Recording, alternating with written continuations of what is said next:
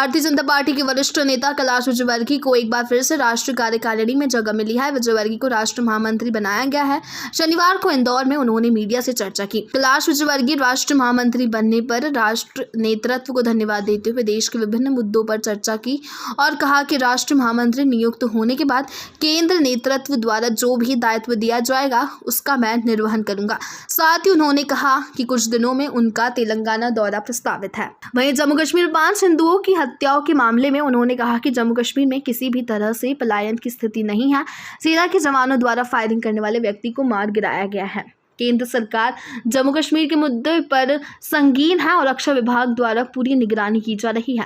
वहीं विजयवर्गीय ने लखीमपुर खीरी की घटना को दुर्भाग्यपूर्ण बताते हुए कहा कि उस मुद्दे पर राजनीति की जा रही है। उत्तर प्रदेश में इस मुद्दे को चुनावी मुद्दा बताकर कुछ पार्टियां लाभ लेना चाहती है। मैं खंडवा स्टेज पर हो रहा सांसदीय उपचुनाव को लेकर विजयवर्गीय ने कहा कि कांग्रेस में फसल को युग आता है, फसल और कोई काट कर ले जाता है, लेकिन यहाँ तो पूरी की पूरी फसल ही चोरी हो जाती है। शायद अरुण यादव इस बात को बताना भूल गए।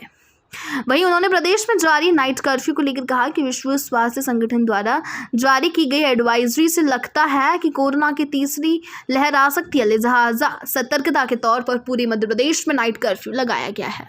का मूवमेंट की वहाँ पे आवश्यकता है क्योंकि अब वहाँ पलायन की स्थिति निर्मित हो गई है। वापस नहीं, पलायन तो नहीं होगा।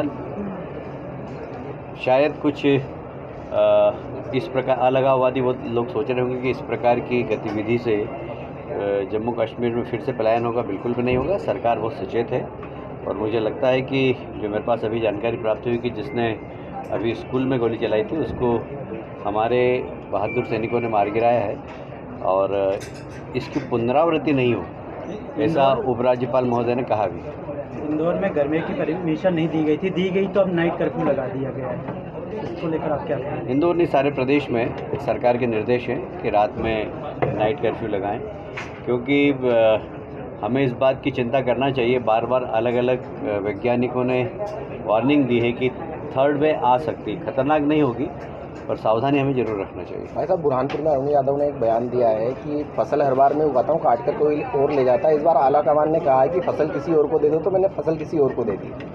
देखिए, कांग्रेस में तो हमेशा ये होता है कि फसल कोई बेता है, काटता कोई है और चुरा कोई और लेता है। ये उन्होंने बताया नहीं, लोग चुरा भी लेते हैं फसल।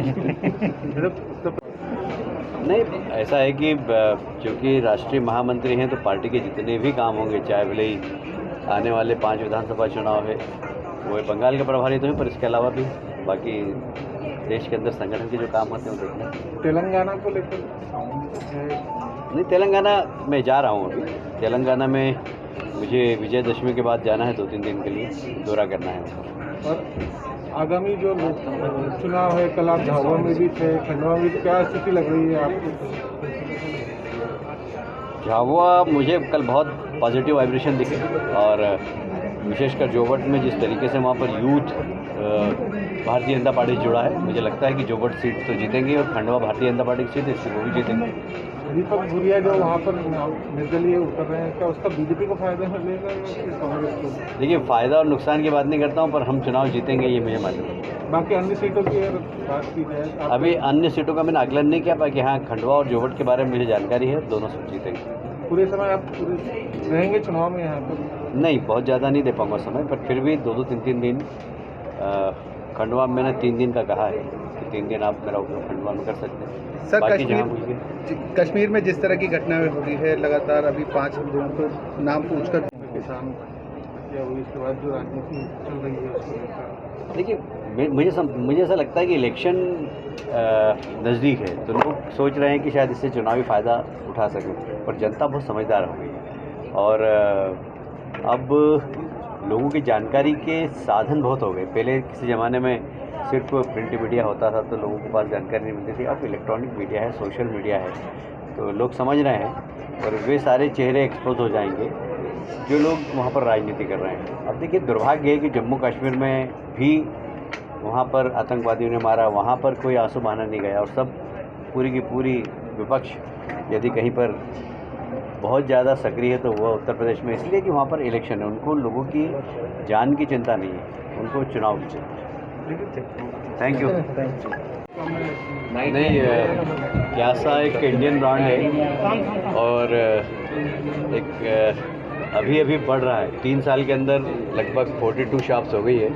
मेरी शुभकामनाएं हैं। मोदी जैसे कहते हैं कि आत्मनिर्भर भारत और भारत का प्रोडक्ट दुनिया खरीदे, तो ये मैं समझता हूँ कि अच्छी शुरुआत है। मेरी शुभकामनाएं इस प्रकार के जो ब्रांड है, जो भारतीय ब्रांड है, वो सारी दुनिया के अंदर बढ़े। तीसरी बार अब फिर से आप भाजपा के राष्ट्रीय महासचिव बने, आप